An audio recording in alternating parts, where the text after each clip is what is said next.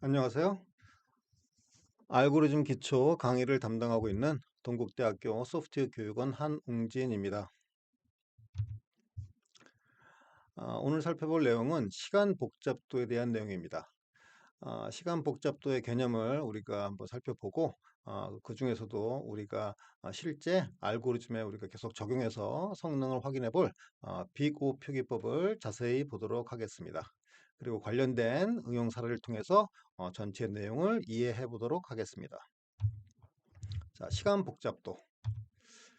자, 알고리즘의 성능 측정 방법이 이제 필요한데, 관련해서는 여러분이 그 알고리즘을 작성하기 위해서는 맨 처음에는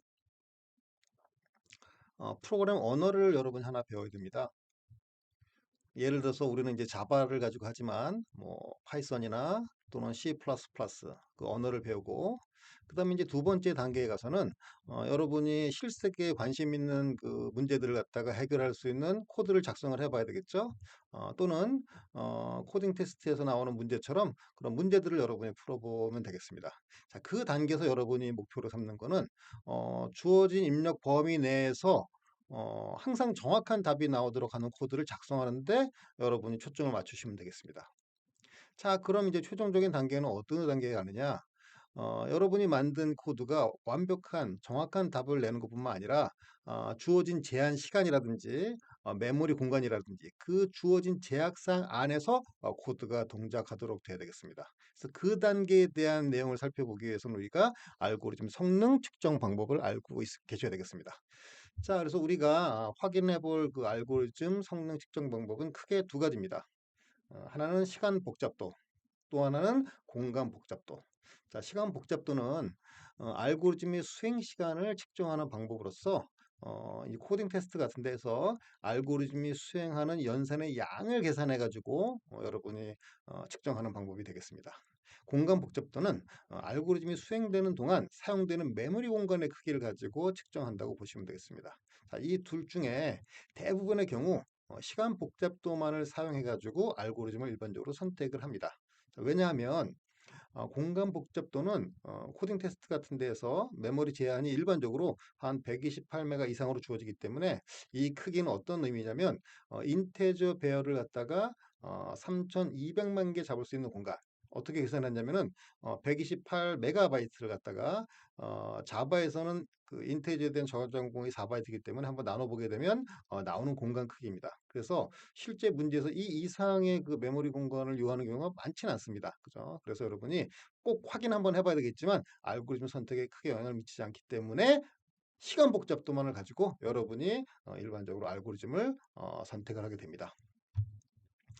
자, 시간 복잡도와 관련해서는 표현을 여러분이 먼저 알아야 되는데, 이 개념 설명을 먼저 드리고 예제를 해봐야지 여러분이 정확히 이해할 수 있습니다. 자, 알고리즘이 실행되는 동안에 사용되는 기본적인 연산 횟수를 입력 크기 함수로 표현한다는 겁니다.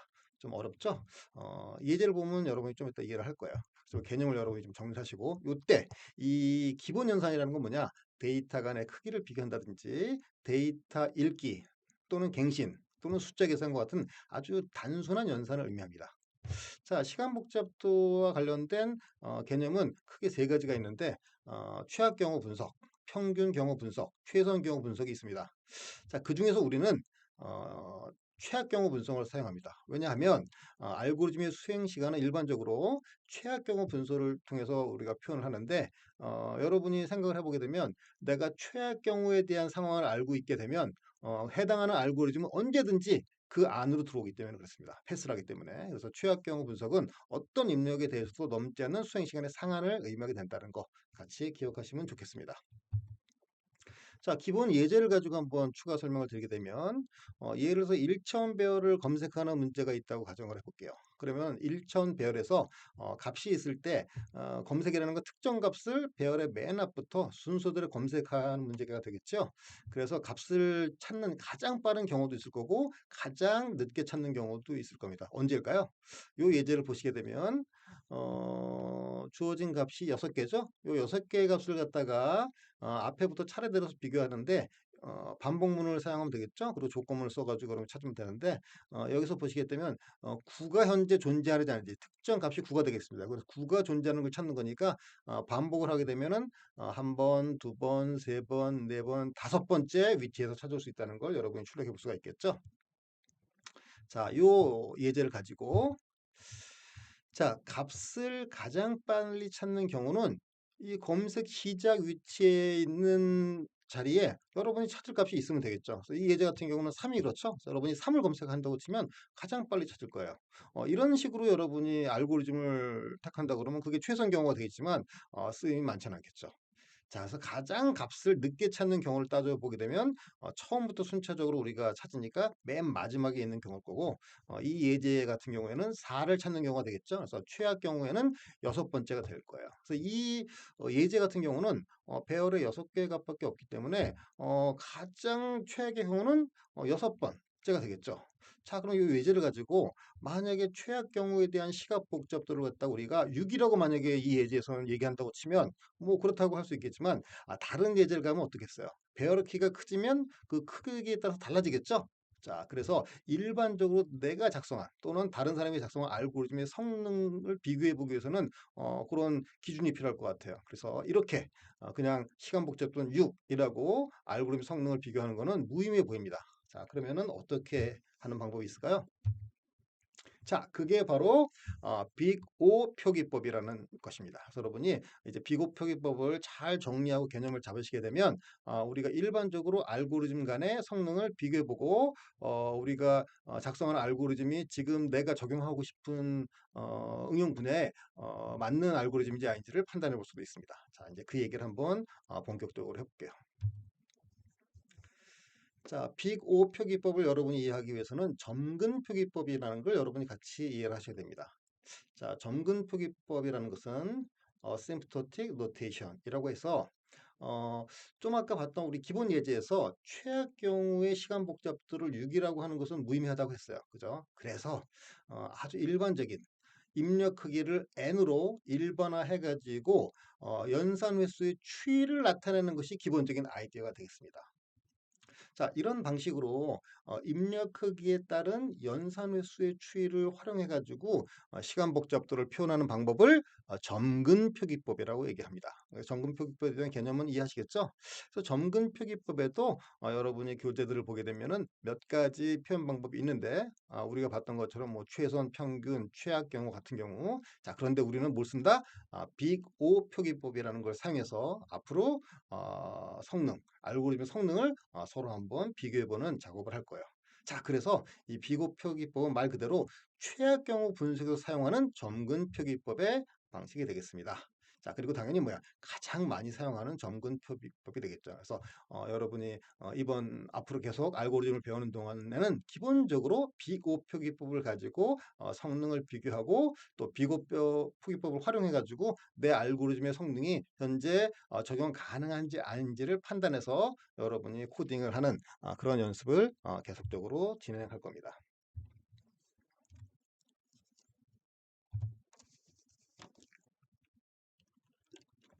자, 빅O 표기법. 자, 빅O 표기법은 어떤 것이냐? 어떤 알고리즘의 연산 횟수가 fn이라고 한번 해볼게요. 그죠? fn이라는 거는 그 n이라는 게 뭐라 그랬죠? 우리가 입력 데이터로 쓸 수 있는 크기를 일반화시켜서 표현한 거라 그랬잖아요. 그거로 나타내주는 일종의 함수 형태라고 여러분이 보시면 되겠습니다. 그죠? 그래서 예제를 보시게 되면 이 개념 설명은 조금 더 이해가 쉬워질 거예요. 그죠? 자, 그런 fn이라는 것이 주어졌을 때 n을 가지고 함수가 만들어지는 거니까 여러분이 예전에 수학 시간에서 배웠던 다양한 함수가 가능해집니다.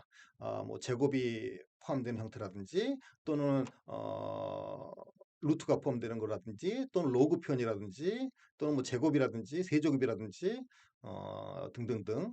그래서 이 함수가 이제 있다고 가정했을 때 비교 표기법의 방법은 어떻게 되는 것이냐?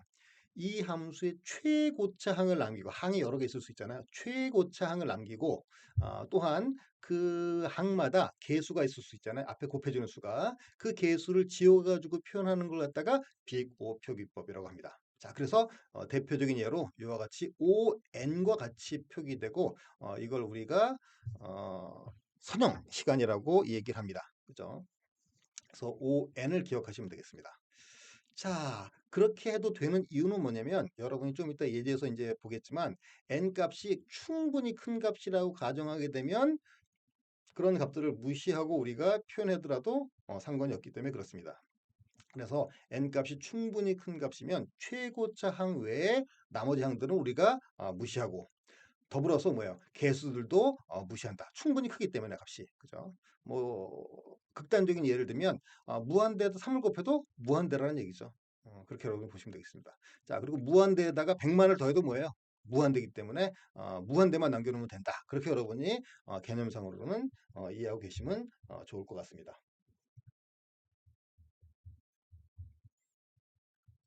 자, 비교 표기의 예제를 가지고 여러분이 한번 이해하시면 좋을 것 같아요. 그래서 fn이 예를 들어서 7 곱하기 n이라는 수식이라고. 여러분이 예전에 그 수학 시간에 배웠을 땐 주로 y 이퀄로 뭐 10x 이렇게 표현하죠. 그거랑 똑같은 표현식이라고 보면 되는데 우리는 뭐야? n이라는 그 일반적인 값을 가지고 처리하니까 n이라고 표시하는 거예요. n의 함수로서. 그래서 7n이라고 표현되는 경우에는 우리가 비교표기법으로 표현하게 되면 5n과 같이 나타낼 수 있다는 겁니다. 왜? 7이라는 개수는 무시한다라는 거죠. 자, 두 번째 시. 자, fn이 2의 n 제곱 더하기 5n 더하기 10인 경우에는 어떻게 될까요?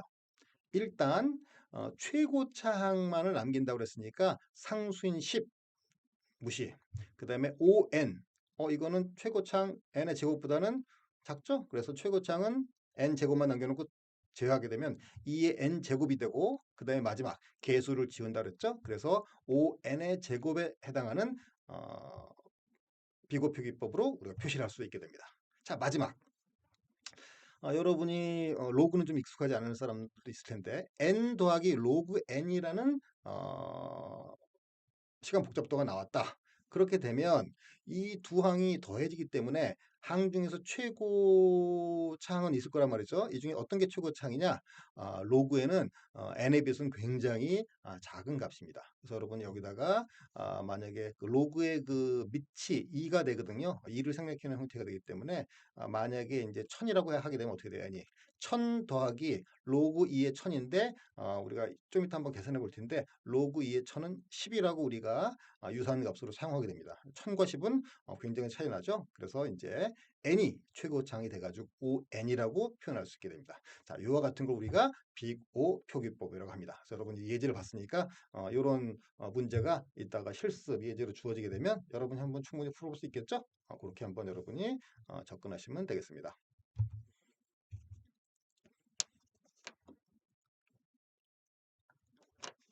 자, 이제 우리가 비교 표기법을 사용하기 위해서는 또 그 비교 표기법에 해당하는 이름들이 있어요. 그래서 그 이름을 갖다 여러분이 종종 불러 사용하기 때문에 여러분이 알 필요가 있습니다.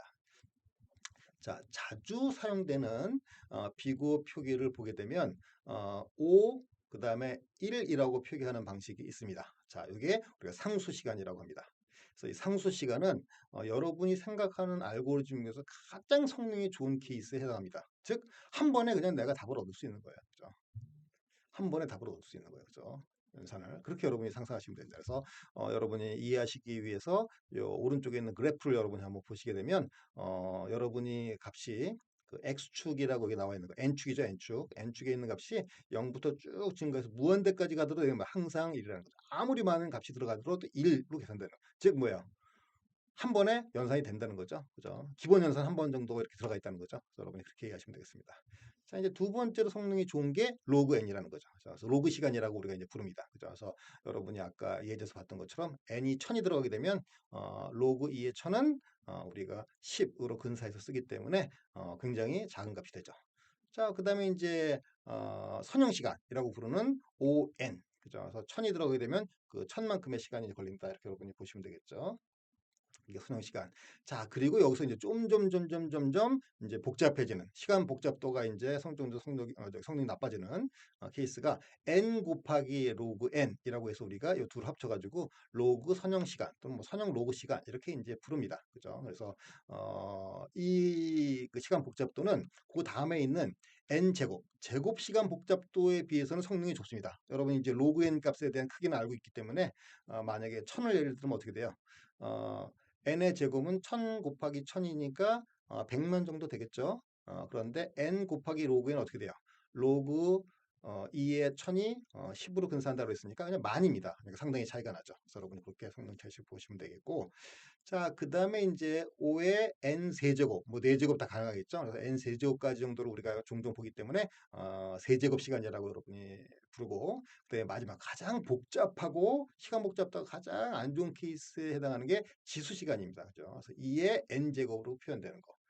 자, 그래서 일반적으로 제곱 시간 정도까지는 알고리즘을 구현해서 패스하는 경우가 종종 있는데 세제곱이나 2의 n제곱으로 알고리즘 성능이 나오게 되면 그 알고리즘은 실제 적용하기 어려운 경우가 많습니다. 그죠? 그래서 그럴 경우는 여러분이 다른 알고리즘을 생각해내 가지고 성능을 향상시켜서 사용할 수밖에 없습니다. 그죠? 그래서 여러분이 그렇게 이제 생각하시면 되겠고, 그게 이제 하나의 아이디어가 되겠죠. 그래서 이따 우리가 이제 예제를 한번 잠깐 볼 것이고, 그리고 앞으로도 여러분이 매번 어떤 알고리즘 문제를 풀 때마다는 시간 복잡도를 여러분이 따져 보셔야 되는데, 그때 해야 될 게 내가 지금 이제 한번 이 문제를 보고, 또는 내가 해결해야 될 그 과제를 보고 아이디어를 떠올려 가지고 한번 이렇게 쭉 슈도 코드로 일종의 100% 코드가 돌아가는 건 아니지만 이렇게 짜면 작성하겠다라는 어떤 코드를 생각해 가지고 딱 머릿속에 만들어 놨다. 그럼 이제 시간 복잡도를 따져보는 거죠. 바로 비곱표기법으로 딱 따져봤더니 n제곱 시간이 나올 것 같아요. 그럼 제곱 시간은 되는 거죠.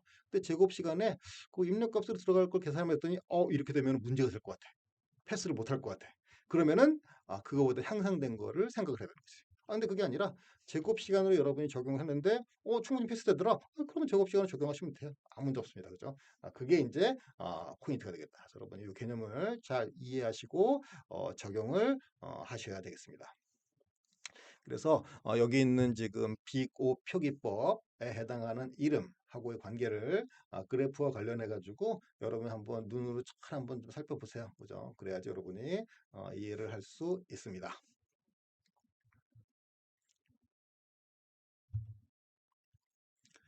자, 그러면은 이제 우리가 비고표기법에 대한 개념은 여러분이 이해하고, 그 비고표기법에 대해서 그 의미하는 바, 그다음에 뭐 이름 등등 해가지고 다 배웠어요. 그죠? 자, 그런데 우리가 이제 알고리즘을 배워서 뭐 실전적인 문제를 푸는 때가 사실 더 중요하긴 하지만 여러분이 이제 입사를 한다든지 또는 어떤 과정에 들어가기 위해서 코딩 테스트라는 걸 볼 때 그런 문제를 풀 때마다 제한이 주어집니다.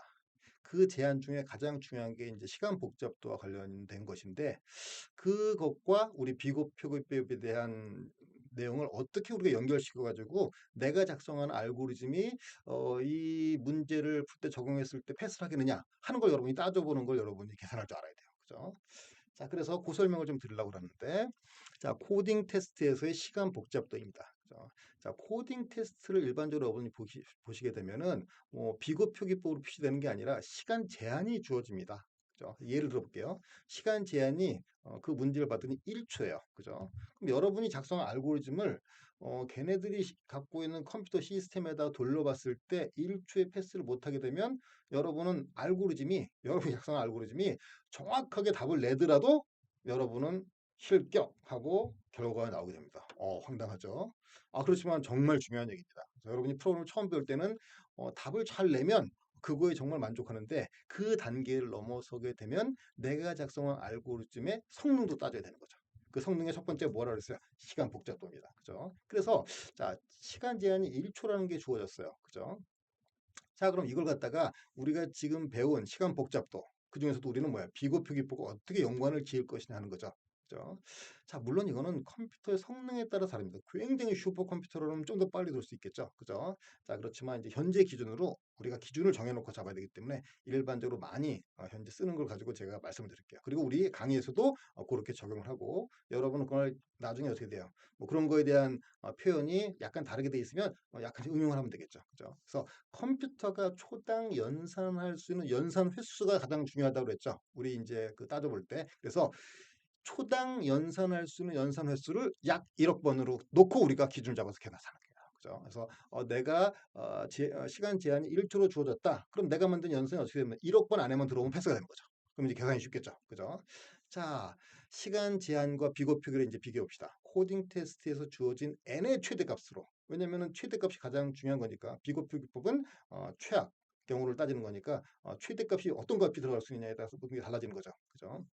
자, 그래서 이 비고 표기를 활용해 가지고 초단 연산 횟수를 여러분이 계산을 하셔야 됩니다. 그죠? 자, 그런 다음에 주어진 시간 제한에 통과할 수 있는 알고리즘인지 아닌지를 판단하는 거죠. 그죠? 자, 이제 예제를 한번 해서 여러분이 이 예제처럼 앞으로 적용할 수 있으면 이제 완벽한 거죠. 자, n의 최대값이 만약에 1000이라고 해볼게요. 그죠? 그러면은 내가 지금 그 문제를 풀기 위해서 생각한 아이디어가 5n의 제곱 알고리즘입니다. 그죠? 제곱 시간이 걸리는 거죠. 그럼 연산 횟수는 맥시멈 값 1000을 집어넣게 되면 어떻게 돼요? 연산 횟수는 1000의 제곱으로 이제 계산이 되겠죠. 그죠? 자, 그러면은 1000의 제곱은 어떻게 돼요? 공이 6개니까 1억이 공이 8개죠. 그러니까 이제 100만이죠. 100만은 충분히 1초 안에 처리 가능한 거죠. 그래서 여러분이 그런 경우에 뭐예요? 바로 여러분 지금 생각한 아이디어를 적용하시면 됩니다. 문제를 풀 때.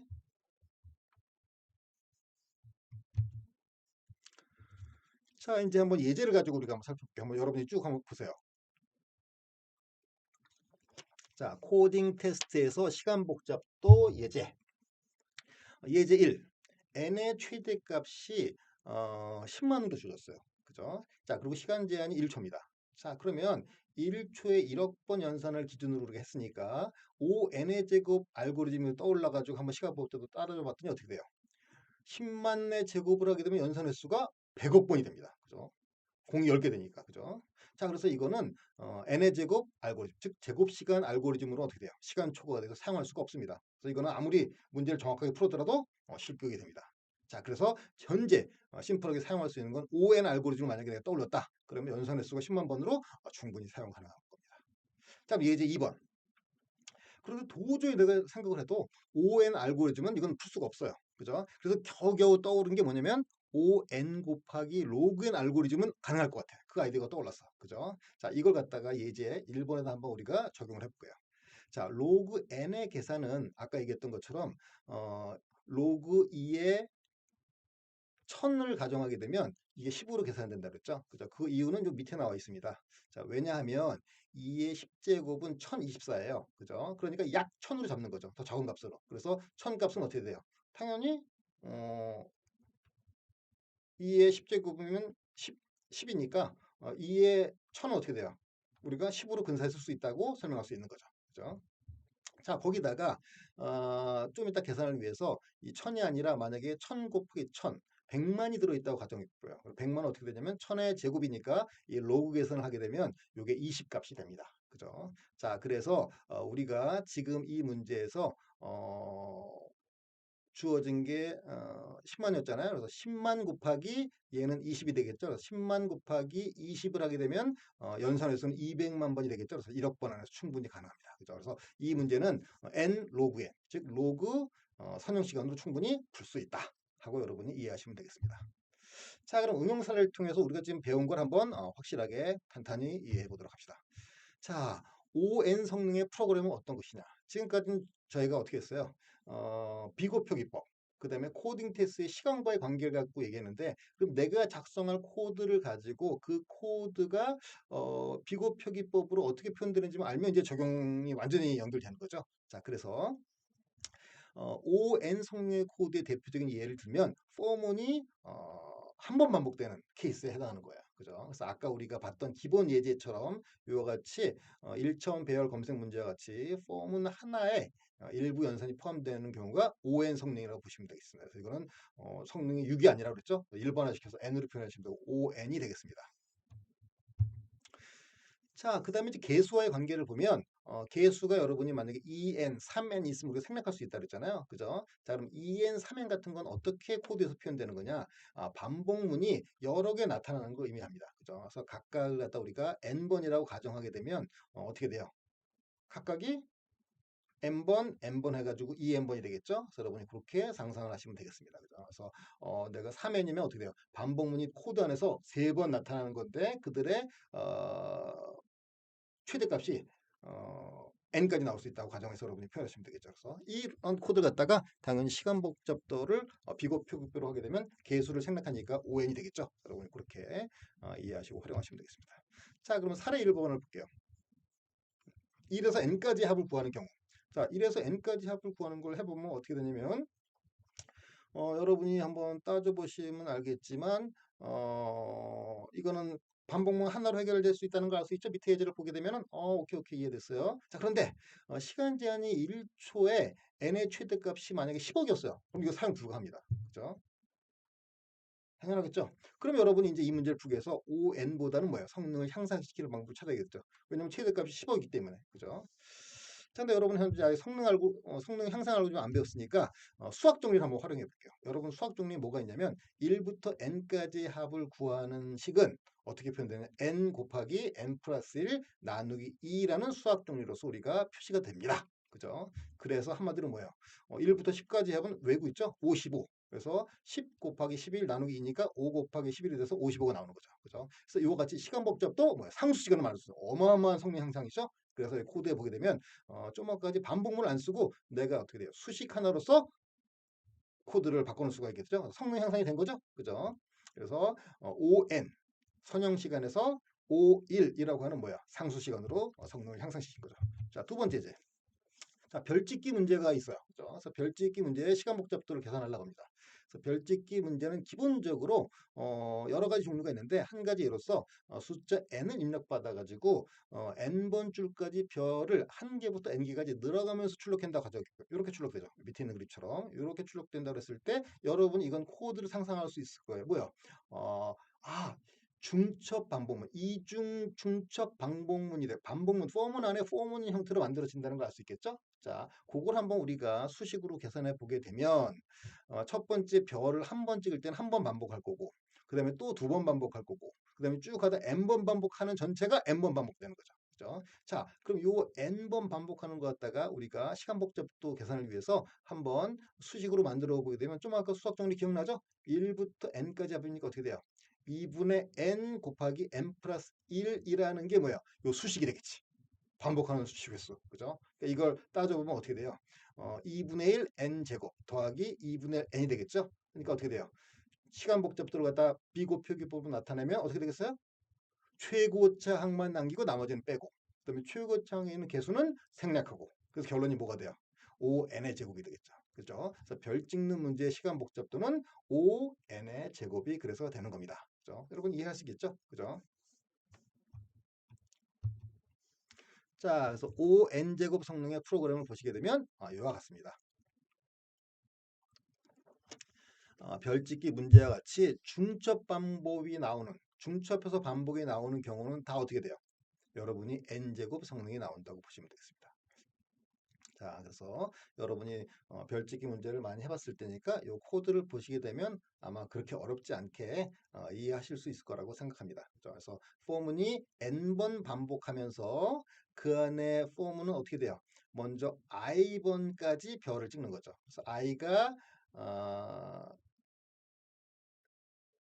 0일 때는 0까지니까 별 하나 찍고, 그죠? 그 다음에 i가 1일 때는 0하고 1이니까 별을 두 개 찍고, 그죠? 그렇게 해서 반복되겠죠? 그래서 그 형태가 좀 전에 봤던, 예제에서 봤던 것처럼 별 한 개, 두 개에서 쭉 잡게 되고, 이렇게 포문이 두 개 들어간 형태를 갖다 우리가 수식을 계산했지만, 일반적으로 포문이 들어가서 각각 n번, n번, 형태에 유사하게 됐다. 그러면은 시간 복잡도가 n 제곱이라고 보시면 크게 다르지 않습니다. 그래서 여러분이 수식 있죠? 1부터 n까지 합이 2의 n 곱하기 n 플러스 1이라는 그 수식은 우리 굉장히 쓰임 많습니다. 우리 아까 봤던 예제에서 설명했지만 여기서도 수학 정리를 우리 활용했던 기억나죠? 굉장히 유용한 수식이니까 한번 여러분이 정리하시면 앞으로 굉장히 도움이 될 거예요.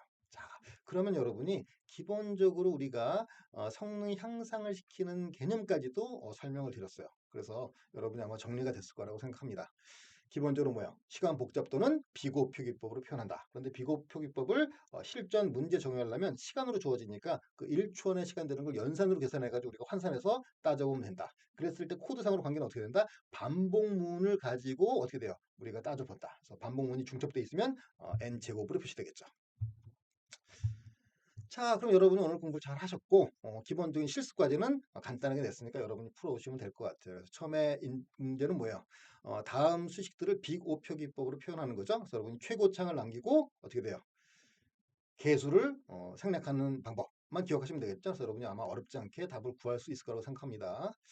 자, 그 다음에 두 번째, 어느 알고리즘이 2단계로 구성되어 있어요. 1단계는 ON 시간이 걸리고 2단계는 ON의 제곱 시간이 걸려요. 그러면 어떻게 된다는 거예요? 당연히 이걸 갖다가 비곱표로 표현하면 최고창만 남기니까 n의 제곱이 되겠죠. 자, 그래서 여러분이 실수까지 스스로 한번 풀어보시고 다음 수업에서 봅시다. 자, 수고하셨습니다. 감사합니다.